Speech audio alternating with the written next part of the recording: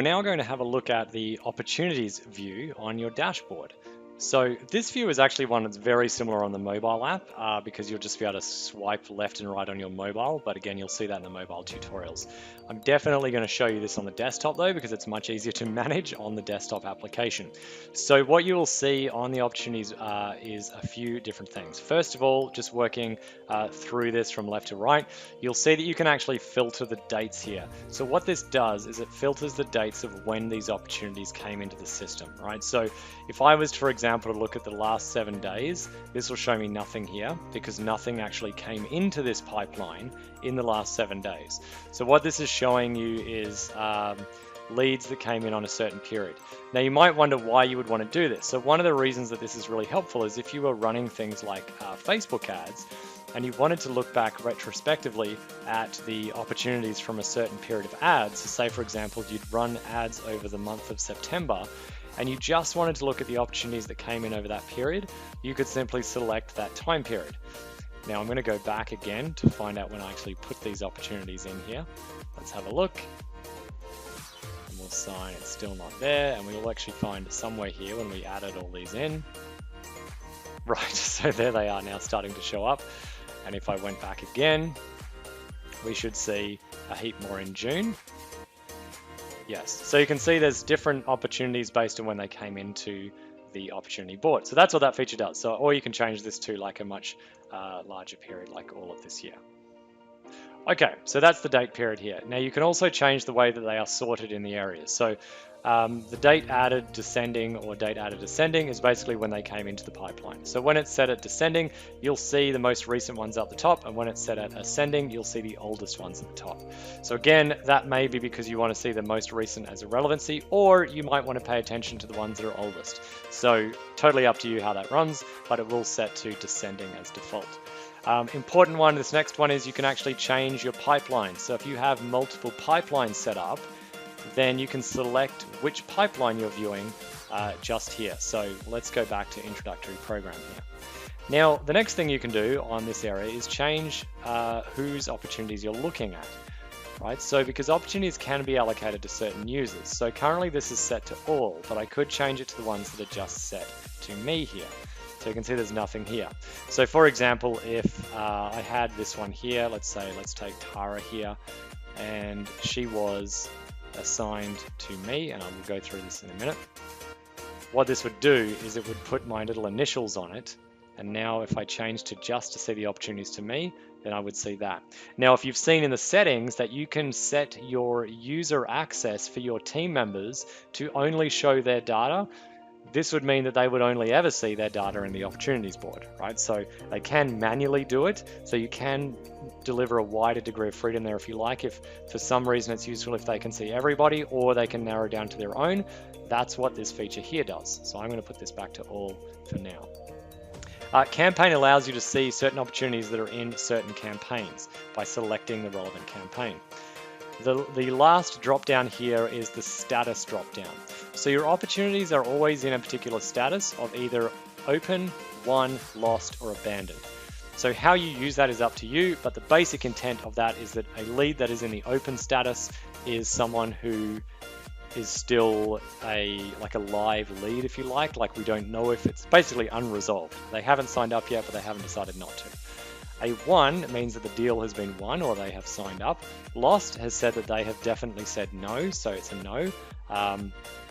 Having said that, it doesn't delete the opportunity. So, and as you're probably aware, sometimes people will say no, and then 6 months later, they're back in the system and they sign up, right? So it doesn't delete them, it just marks it as lost. It's all for your statistics. And abandon is a different category that you can use if you feel like that lead isn't lost. It was just, they were put in incorrectly. You don't want to delete them, but you just want to put it as abandoned. It just gives you an extra category that doesn't affect your won and lost status, if you like. So one example of that is you may choose to use the abandoned category if you have a lead that just wasn't a good fit for your program, because that's a different result versus someone who you did want to sign up and do business with who decided not to, because that would be lost. Next is you can search for people via this. So I'll use Tara as an example again. I can type in Tara here and it'll show her opportunity. And I can also add a new opportunity manually. similar to what you've seen in other areas of the program, you can just add an opportunity by filling in these forms here. And similarly, again, where possible, you want to use an existing contact just by typing their name and then selecting it and having everything auto-populate from there. And you can also export all these opportunities from here with this download button just here. Okay, so from here, we're going to, sorry, and if I didn't explain what just happened, this just downloaded, you can't see it on my screen, it downloaded a CSV file of the opportunities, right? So let's have a look at how you really use this area to manage this. Now, if you haven't looked at it yet, you will likely be using triggers. Triggers, again, being the brains behind how your platform works. So that's basically when something happens, do this. So you may have it set up where opportunities move between stages automatically on your triggers, but you can also manually do a lot of stuff here as well. Okay, so just what I'm explaining here is that this can either be used as a place simply to check in and see where everything's at, or you can actively come in here and look at things, right? So let's have a look at a few things here. First thing you can do is there's two different ways, well, there's a number of different ways you can interact with technically what are opportunity cards. And we call them cards because technically you can actually, I can click and drag this. So if you can imagine, this is like a physical card. If you had like, if all this was laid out on a table, these would be cards. And then on the back of each card would be a heap of information, right? So let's have a look at how we interact with these cards. So the first one is, as you can see here, I can actually drag them in between opportunities and drop them in certain places. So one thing to be very aware of that is to be mindful of if you have a trigger. So say, for example, I'm looking at Hannah here and I drop her in the booked call stage, sorry. Now, if I had a trigger, and you may not have learned triggers yet, but basically said that when someone is moved to the book call stage, then do X, Y, Z. That will fire off those triggers. So if you're using the drag and drop method, be careful of where you drop them because it will automatically trigger anything that you've set up to trigger from that. The other place you can drag them is either into the lost or the abandoned or the one if you wanted to change their status. Now, there is another way to change that, which I'm going to talk about in a minute, which is on the opportunity card. So you don't have to use that drag and drop facility.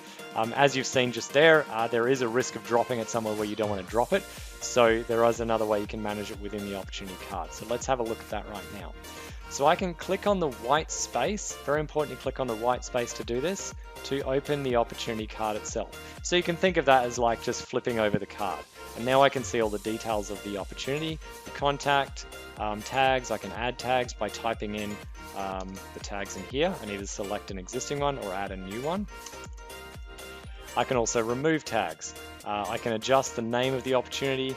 I can change what pipeline they're in, the stage, the status, the value, and the owner all in here. The other thing I can do here is I can look at I can add an appointment just in here, or I can edit an existing appointment. So I would just choose the calendar, select the date, and choose the slot.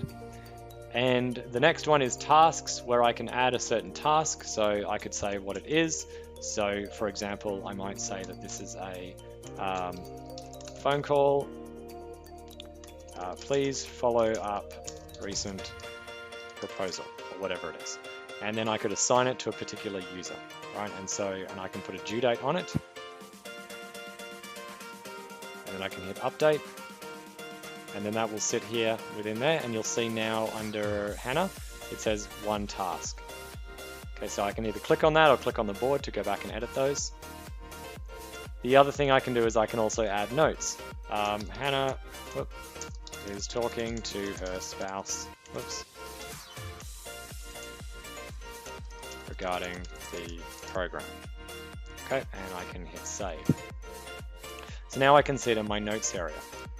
And I'll just hit update to make sure that saves.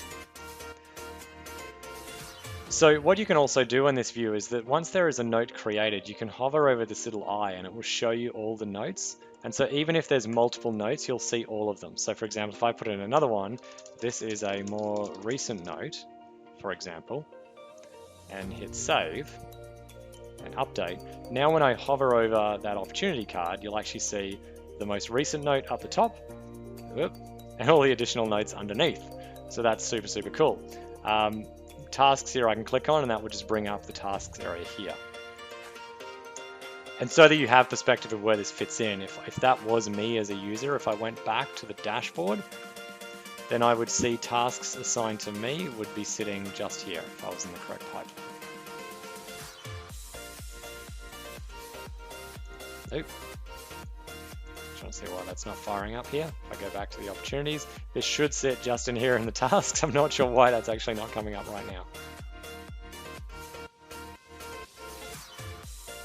Okay, so we will come back to that. All right, so the next one is the other buttons on the card, right? So you have the conversations here. So these little speech bubbles, if I click on this, it will take me directly to the conversation view for that contact. Right, then the next thing I can do is click this green button and it will initiate a phone call with that contact for the opportunity card. Right, so that's basically what you see from there. Now the last thing you can do here is you can actually click directly on the contact's name, and instead of opening the card, this will also open up their details in that conversation view. So that's it for the opportunities area in terms of management. The only thing I did miss out, sorry, was you will see the cumulative number of leads in each status and the value of those leads for the time period that you've selected under these columns just here. So that is how the opportunities area works.